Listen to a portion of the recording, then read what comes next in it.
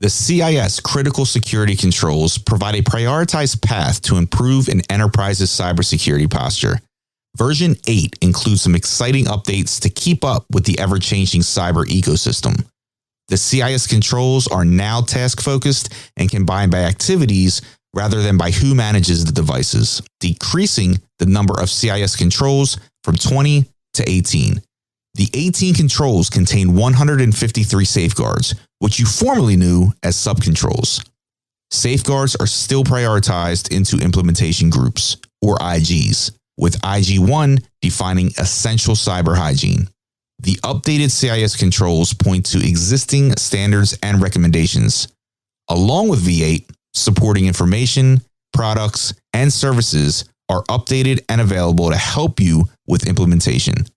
Learn more about CIS Controls version 8 by visiting CISECURITY.org/controls.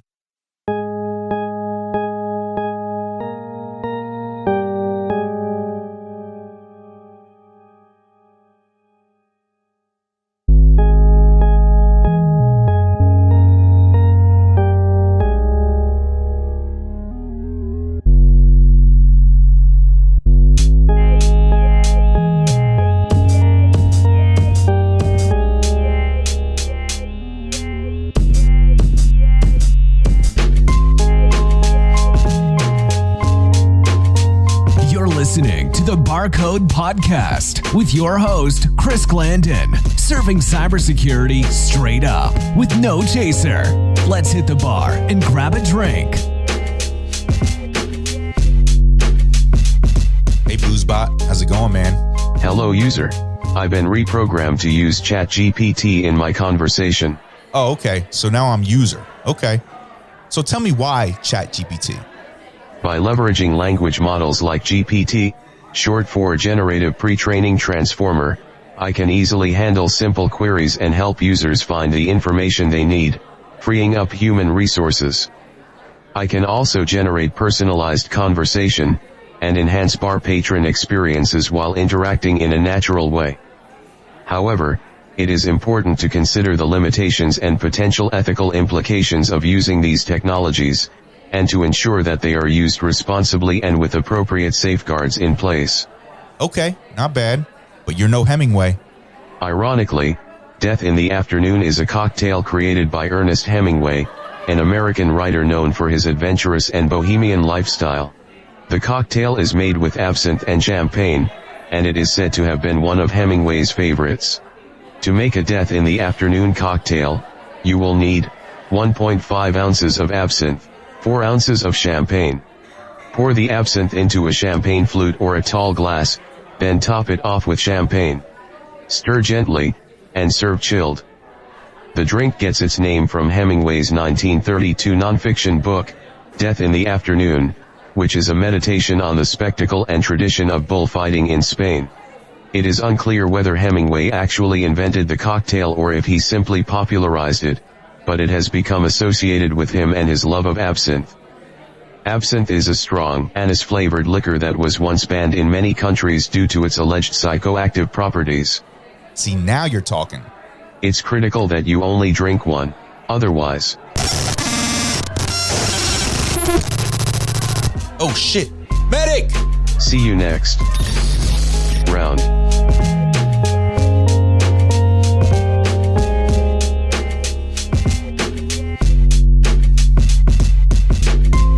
Robert Bateman is head of content at GRC World Forums. He is a certified information privacy professional and a respected voice on data security, privacy, and business practices. He built his reputation writing in-depth reports on legislative developments, compliance guidelines for organizations, and news stories about the latest industry trends. Robert, welcome to Barcode, man. Hi there. Thanks for having me. Absolutely. And also here with me, again, is the one and only Rohan Light. Ooh. G'day. So a lot has happened within the data governance realm within these past, I'd say, two to 3 months. Where do we start? Well, it's a good question, Chris.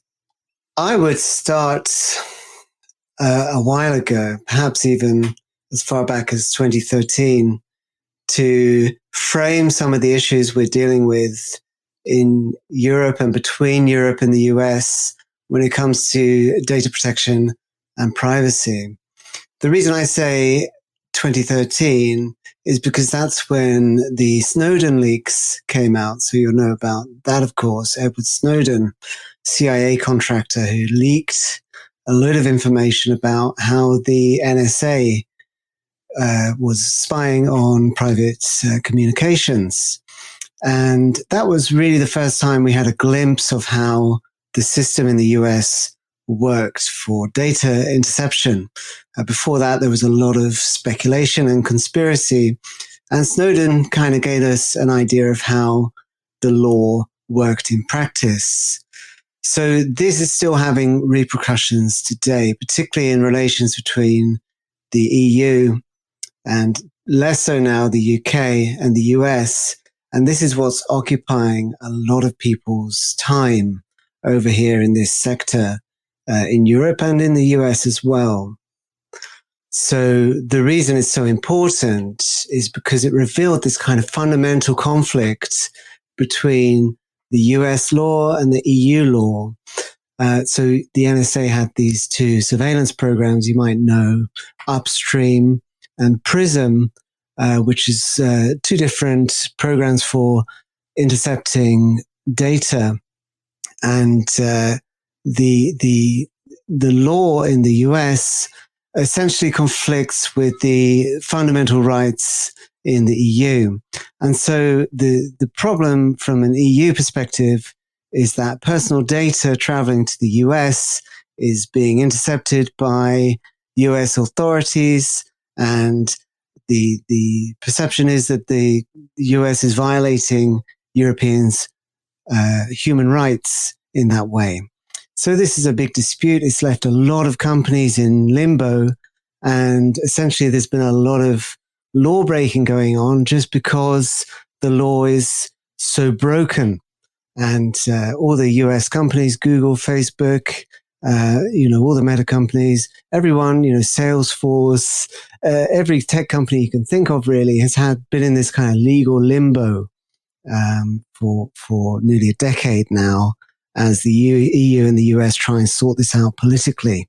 And compliance people working in privacy and data protection have been kind of left to deal with this with no real fundamental legal answers. What do you think needs to happen in order to make progress here? So what the EU and the US keep doing is, fundamentally, the EU doesn't allow European companies to export people's data, as they put it, to countries that don't have a strong human rights regime.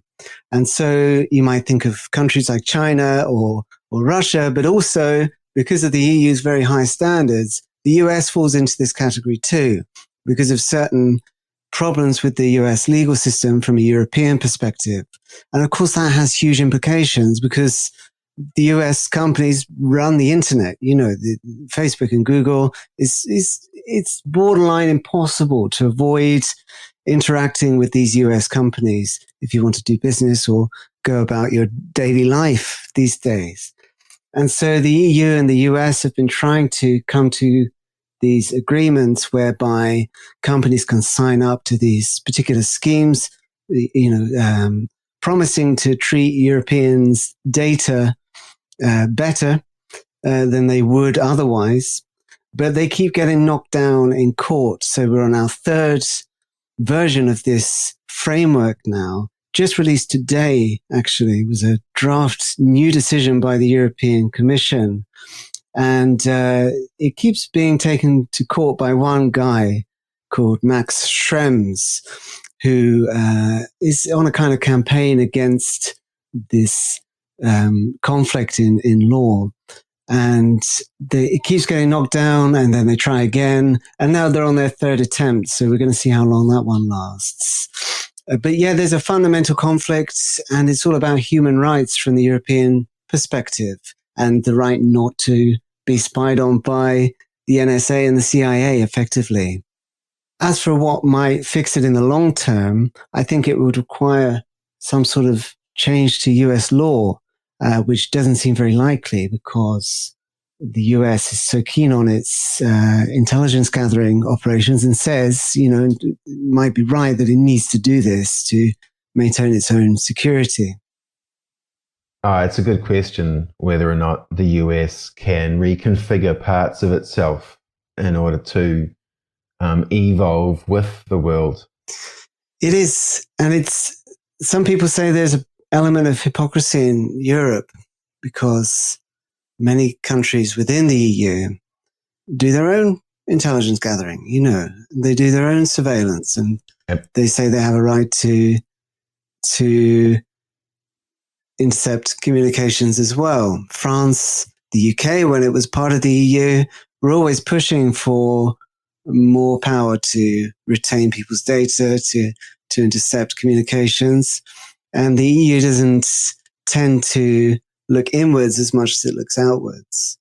And of course, it's created this, like I say, this impossible situation where the law is being broken billions of times a day just by people using companies like Google and Facebook and, not just them, any kind of electronic communications service providers from the US. There's a fundamental problem there. So it's created quite an impracticality as well for many people that have to deal with this stuff for their jobs. Hey, just for a change of tack, can we jump to the Irish EDPB ruling with Meta? For sure. I mean, Meta are in huge trouble over here. And they've said a few times that they may need to discontinue their European operations because of the problems that they have complying with the law. A lot of people say that's a bluff. They would never pull out of Europe. And of course they wouldn't if they could avoid it. But I have some sympathy with the argument actually, because they can't really bring themselves into compliance with European law given their business models. So they've got all these companies now, WhatsApp, Instagram, Facebook, of course. And each of these companies is undergoing an investigation or more for breaking various privacy rules. So Instagram, for example, had an issue. I mean, this one is probably the least sympathetic. They allowed children to convert their accounts into business accounts. And part of that process required those children to publish their data, their phone number and email address on the open web. So that obviously is a big no-no as far as European data protection law is concerned. So they're in hot water over that one. Facebook itself, well, they did what has been described as a consent bypass. So the idea is that you sign up for Facebook, you need to be served personalized ads. And this is, in Europe, you're supposed to have a choice about this, which is part of the reason we have these cookie banners that everyone hates so much. You're supposed to be able to say no to that. But Facebook, we're not allowing people to say no. So that's another problem that Ireland and the European Data Protection Board are dealing with. And then there's WhatsApp, who I'm sure you'll remember, there was a big controversy earlier in the year about their wanting to share more data with Facebook, the parent company. And so they're also facing, 100 million of euros in fines for all of these issues. And there's a whole data transfer thing that I was talking about there that goes back to Snowden. It's the case against Meta is that they are kind of illegally exporting people's data into the US.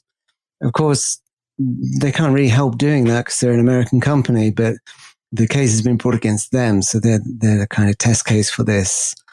Mm. Yes. Meta is a supranational entity.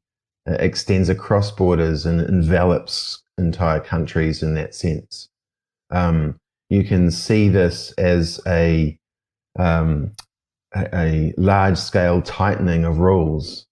This is why entities like Meta are encountering so many problems, is simply because exposing things that are pretty unsavory in some cases, giving us a sense of what the business model actually is. Yeah, so the business model depends on a lot of people's private information being processed in quite an intrusive way. The thing with Facebook is you kind of know what you're signing up for in a way. There are other companies like you may have heard of Clearview AI who are doing slightly more nefarious activities. This is a company that has created this kind of biometric database of people from around the world. And I think they've got something like 6 billion images of people's faces. This is an American company also in trouble in various European states, facing these large fines across Europe. And so they scrape the web for facial images. I'm sure we'll all be on there. I know I am because I asked them. And they create a kind of biometric identifier for each person that they create a record for. And they sell access to that database to police services so they can find people they want to find. And this is just another example, really, of how much of our personal data is subject to these sort of unnerving and arguably nefarious activities. And, you know, in Europe, regulators are struggling to keep on top of this stuff. Yeah, the case against Clearview can be tracked by the number of police agencies that adopt it and then 2 months later suddenly unadopt it once they realize they're breaking multiple rules. It's a fascinating thing to watch happen as every society deals with the extension of facial recognition technology. Yeah, so there's a UK police force that appeared to have tried them out at one point and very quickly decided against it. This is an interesting pattern, as you say, Rowan. Swedish police, I think, also tried it. The Mounties in Canada too used it, and it keeps being declared illegal in all these countries. But not so much in the US because, of course, it doesn't have the strong sort of privacy law that we have in other places. There was a private case against Clearview in Illinois. So the US has a good system for these private legal claims, but less regulation than you see in other parts of the world. Yeah, so to my knowledge, I know they've been fined at least once to no avail. Do you feel like we're going to continue to see this stay unresolved? It's so hard to see how it resolves itself. There's some suggestion, I don't think this is viable. Some people are saying, some European countries should try to extradite the CEO and deal with it that way. Because the thing is that the business model is such that they can't discriminate against, they can't say we're only going to collect facial images of Americans. It's got to be everyone because they don't know where these images are coming from. So unless there's some American law, they're based in New York, and as a state, it's not the weakest in terms of privacy regulation, but there's nothing stopping them from doing it. So it's legal there. And this is just another example of how the internet this interconnected nature of the internet, the borders they don't mean much anymore. So you struggle unless the US adopts some sort of federal privacy law, which is not completely inconceivable. There's one on the books at the moment that a lot of people are saying might happen. But unless something like that takes place, then it's hard to see how they can be stopped, really. Also, they keep getting these fines in Europe. I mean, they're 20 million in Italy. France, I think, is 20 million euros as well. UK is £7.5 million. I don't see how these regulators are going to actually get this money, because why would they pay? Yeah, that was my next question, was enforceability of fines. It's a tricky one. I mean, they're ruled out of a lot of these markets anyway. They have tried to go into these European markets, but every time they do, someone makes a complaint, and the business model is clearly not compatible with European law. So regulators do a big investigation. It takes a year or more, and then they issue a fine, and then clearly normally appeals, but there's no real reason for them to pay, because they say, well, those laws don't apply to us. That's going to be tested in the UK soon, because they're taking it to court. And legally, they might be right, I guess.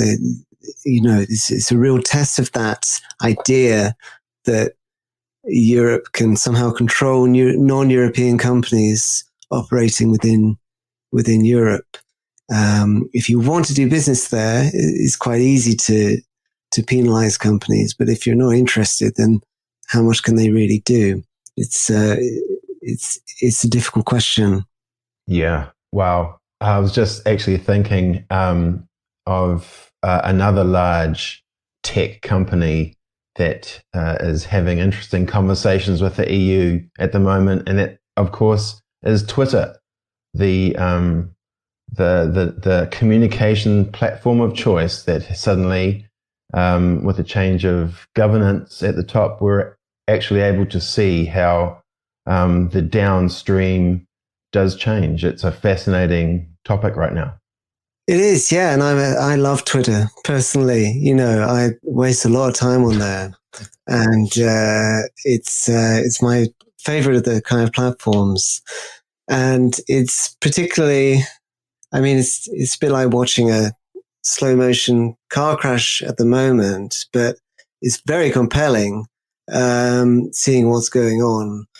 And I think people in my community, anyway, the data protection people, have kind of forgotten that Twitter's never been very good at that stuff. So people are saying, Europe's going to shut it down. The GDPR is going to put it out of business. But Twitter's had problems like this before. They have had a GDPR fine. It was only €500,000 or so. Other regulators wanted it to be much higher, but the Irish regulator, where they're based, is known to be quite lenient.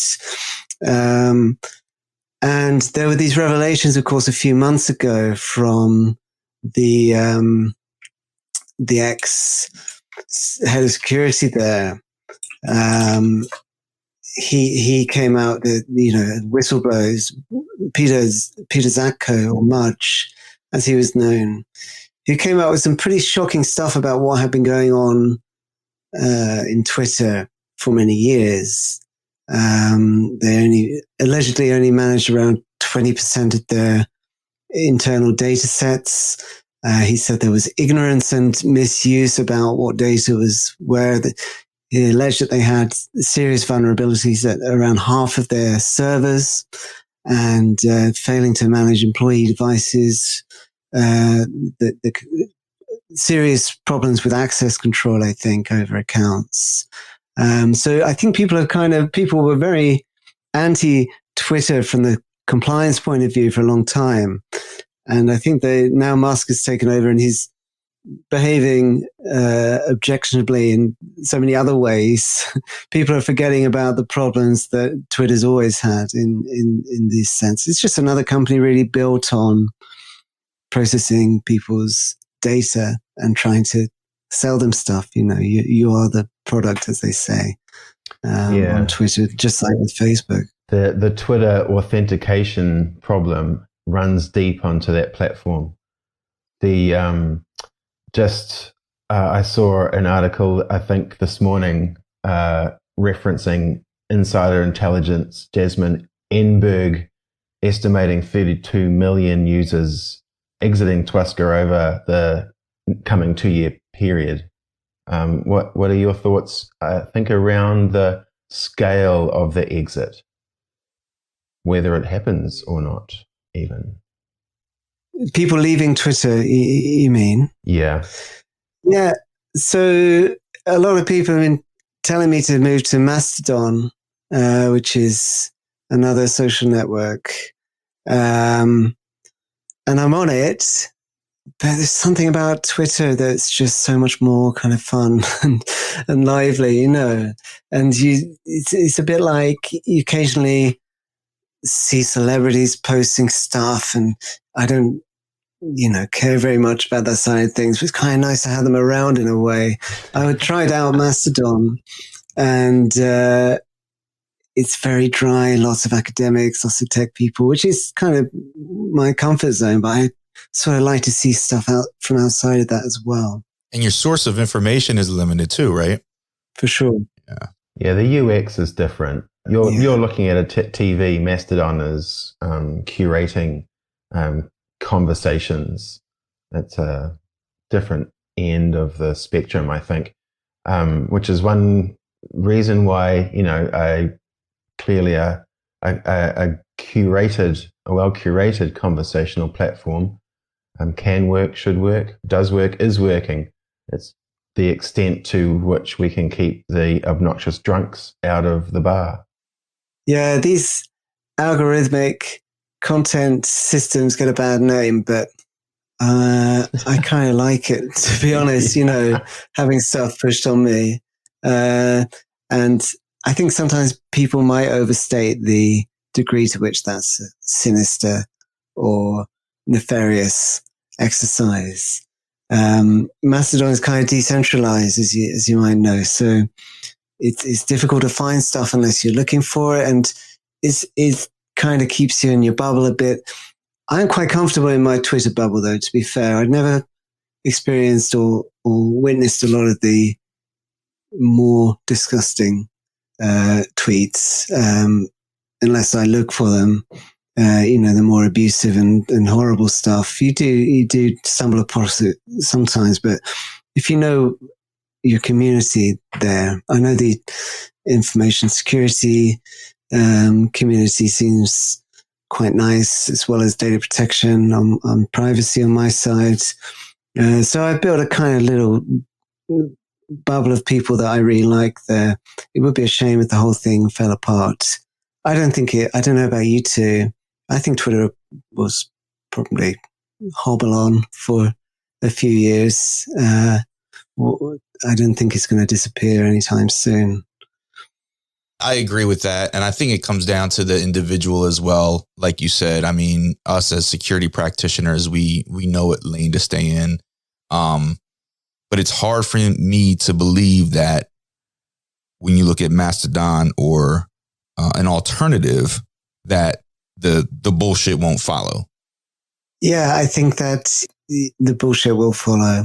And the thing that people forget about Twitter is, for all its issues with trolls and whatnot, they've got a lot of money to spend on content moderation, whereas Mastodon, it's all individual people running their own individual servers, so they can make their own choices about who gets banned, who gets suspended, and so on. And that can lead to some quite unhealthy outcomes as well.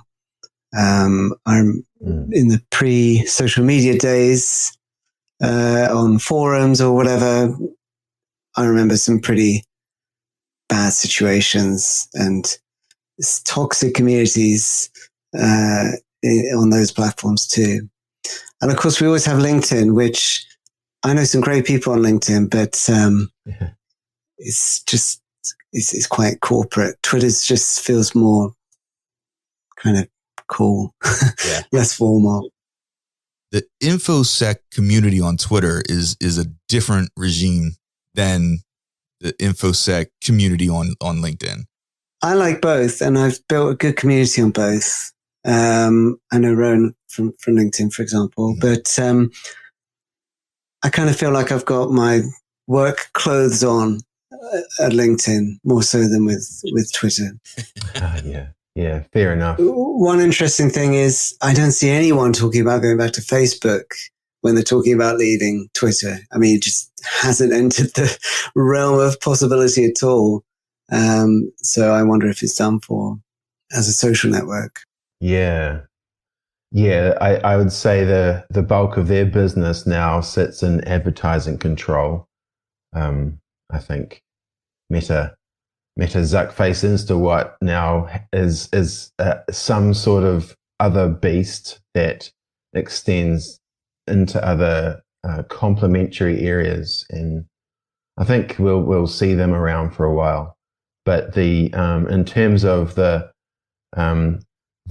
previous darling of compliance villainy, Zuckerberg has fallen to the wayside a bit. We have, the compliance people are looking now at the Clearview business models, the ones that can exploit in plain sight, as it were. It's an interesting situation. Yeah, no matter what social media platform you use, it's hard to avoid seeing the trending topic of OpenAI and technology like DALL-E or ChatGPT. Evil. Sorry. What'd you say, evil? No, not at all. Yeah, I'd love to get your thoughts on that, Robert, in terms of the technology itself, the ethical aspect, and the potential threat that it brings to the people that are using it as it continues to go more mainstream. And I think we can all agree that it's going more mainstream. I've been playing with. I'd also like to come back to Rowan on his opinion on this one, because I know he's big in the world of AI and also said that ChatGPT was evil. I tried it out and I have been impressed. It's infuriating in many ways, ChatGPT. I know it's kind of just a new interface really for OpenAI's existing large language model.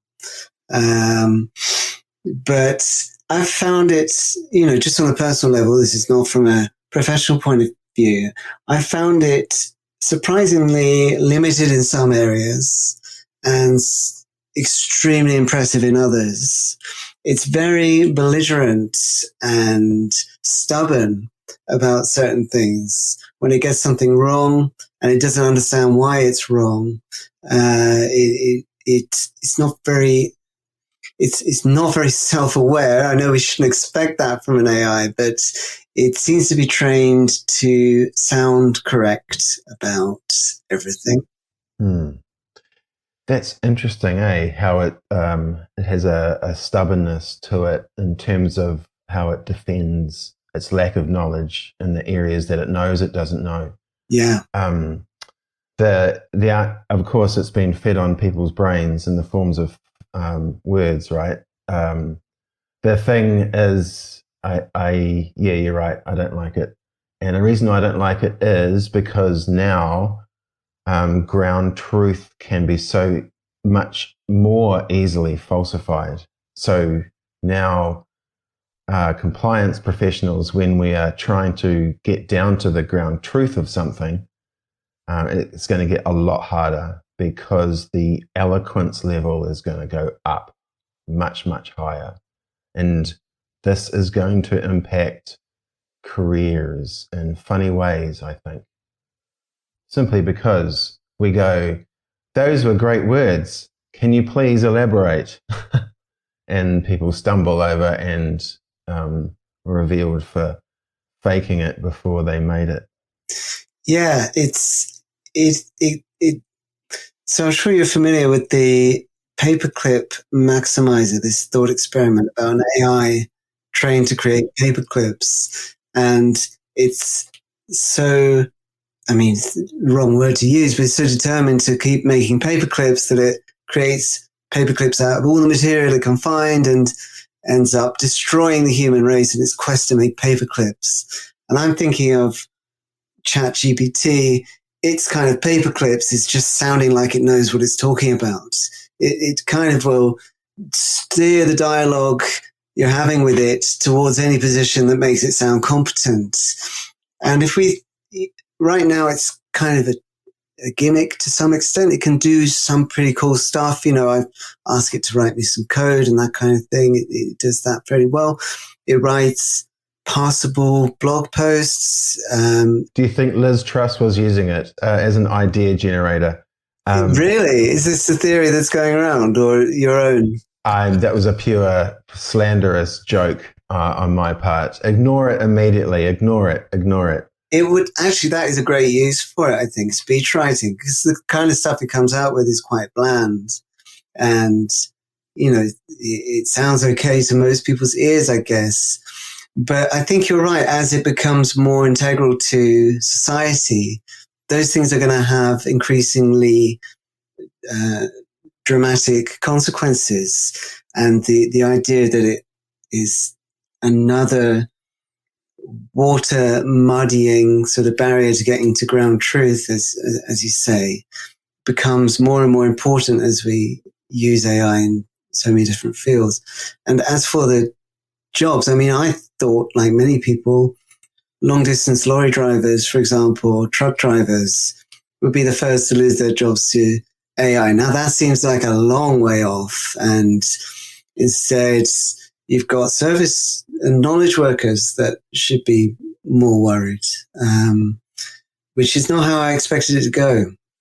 Yeah, the case recently of the deceased South Korean artist being their work being extended in a highly plagiaristic manner by grieving fans, but also speculators, greatly changing the bases of actual value. That's an example of what these things, I think, can do to a market.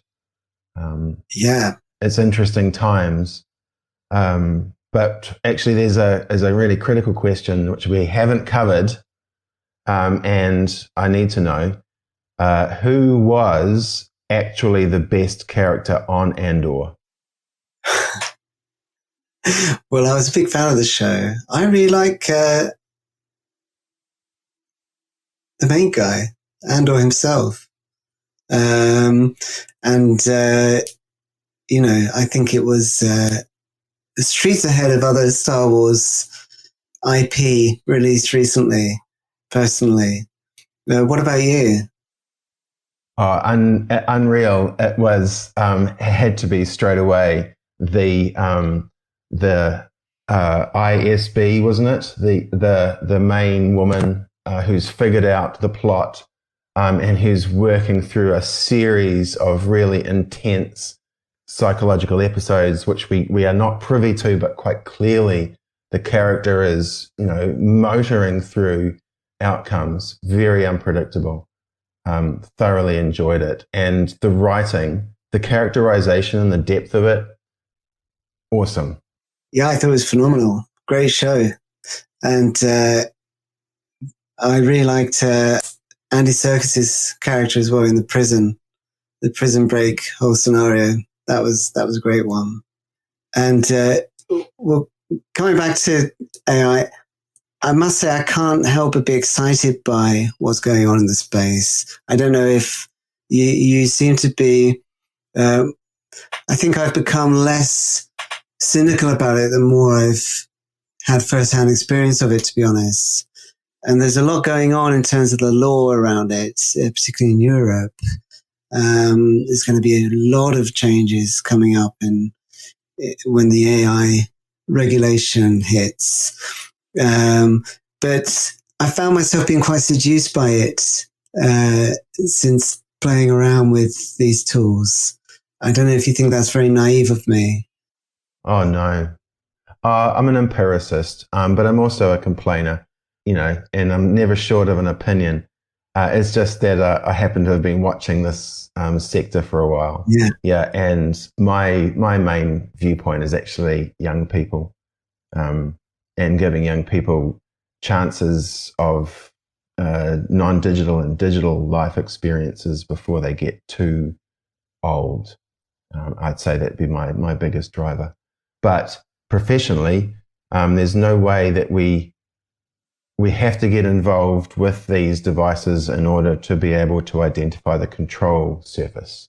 Until we can identify the control surface, we can't be sure of our risk actions. That's why the ground truth, any threats to the ability to empirically identify ground truth are significant. And do you think it's possible to have that? Yes, because anything that has, and for something to be important, it must have an effect that is observable. Otherwise, there's nothing to differentiate it between two brains in a jar having an amazing conversation. They just don't know it. There must be a real world impact. Just because we can't observe it just means we're looking in the wrong place. So hence we just keep looking. And it doesn't take long to figure out the costs of, for instance, content moderation and how that industry has been fractionalized out into Africa, for instance, where there is an abundance of labor that can be cheaply exploited. I mean, you can't deny that the technology is phenomenal. If the governance is there, what is an optimal use case that you envision? Well, we just treat these things the same way we treat cars.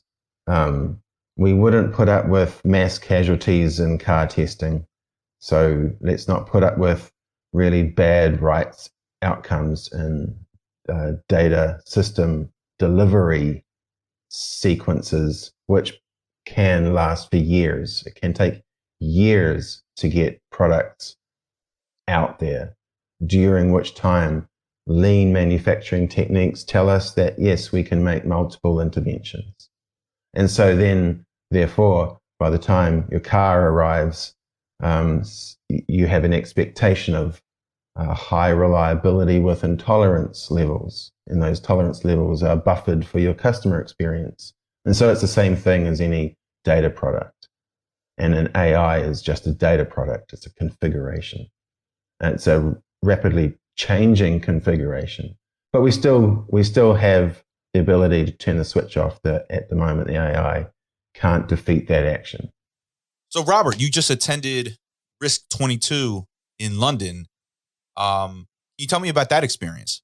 Yeah, I was chairing the Data Protection and Privacy Theatre. So yeah, it was great. And we had a lot of discussions about a lot of kind of dorky stuff that I found highly interesting, but to an outsider might have seemed a bit dry. So mostly compliance related stuff. Data protection is one of those areas where there's some people that are extremely famous within this field that no one outside of it has heard of. So it's just one of those communities that is quite small and quite close. So we had some fairly well-known speakers. Max Schrems, who I mentioned earlier, was one of them. I've interviewed him a few times now. And I'm kind of an outsider in this field because although I know a lot about it and I'm fairly well respected on it and I have to keep on top of everything, I've never actually done a day's work in this industry. I never practiced it. So I spent a lot of time talking to people at events like that. And I know I can hold my own in a conversation with academics, lawyers or practitioners, tech people to a lesser extent, perhaps, but I don't actually do the work. So it's interesting to meet people who do, hear about their frustrations and their day-to-day graft, whether it's in security or data protection, or we had stuff on financial crime there as well, environmental social governance. And it was a really interesting event. Yeah. Nice. There'll be more next year. So we're hitting Amsterdam, Dubai, London again for Risk throughout the year. It should be good. And you're based in the UK, correct? That's right. Since this is Barcode, what's the best bar you've ever been to? And is it in the UK? Man, I like an old-fashioned English pub quite a lot. They're dying out here in the UK, but you can still find them.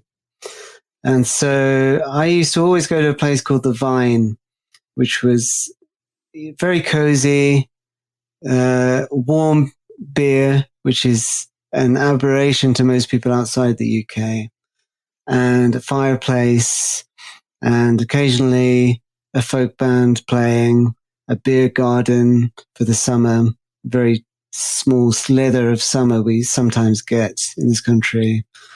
And The Vine, I spent lots of years there, some of them underage, drinking with friends. And a lot of my friends have moved away from the town where I grew up now. So I haven't been there for a while. But that was the first one that came to my head, The Vine in Tarring. So I just heard last call here. You have time for one more? Sure.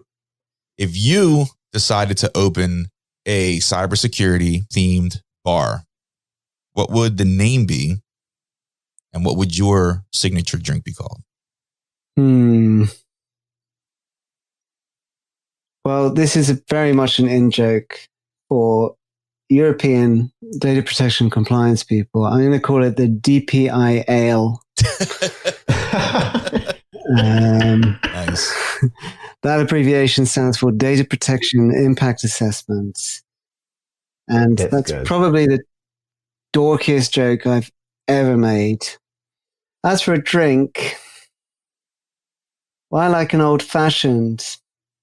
I can't think of a way to turn that into a privacy pun, though, so I'm afraid I'm just going to have to leave you with that, just because I like old-fashions. Well, you did it well at DPIAL. That's great. Good. That's great. Someone has to sponsor that for the next big GRC PrivSec conference. Yeah, good call. So, Robert, you mentioned you're on Twitter quite often. You're also on LinkedIn. Where can our listeners that are hearing this connect with you online? Yeah, well, at Twitter, Robert J. Bateman. LinkedIn, just search for Robert Bateman. It's protection of data is the URL, but I don't think people care about that when it comes to LinkedIn. And GRC World Forums, I write a lot and put up on that site. So grcwf.com. I haven't had time to do as much as I'd like recently, but people follow my writing. I get into the minutiae of data protection law and developments. So check out the website. We got a lot of good events coming up in January. We've got a couple, and I'll be hosting, moderating panels, interviewing people. So yeah, connect with me. As I say, Twitter's my favorite. So follow me there and I'll follow back. Cool, man. Well, this has been great. Thanks. Really appreciate the knowledge and take care. Be safe. Good to meet you both. And talk again. Cheers. See ya.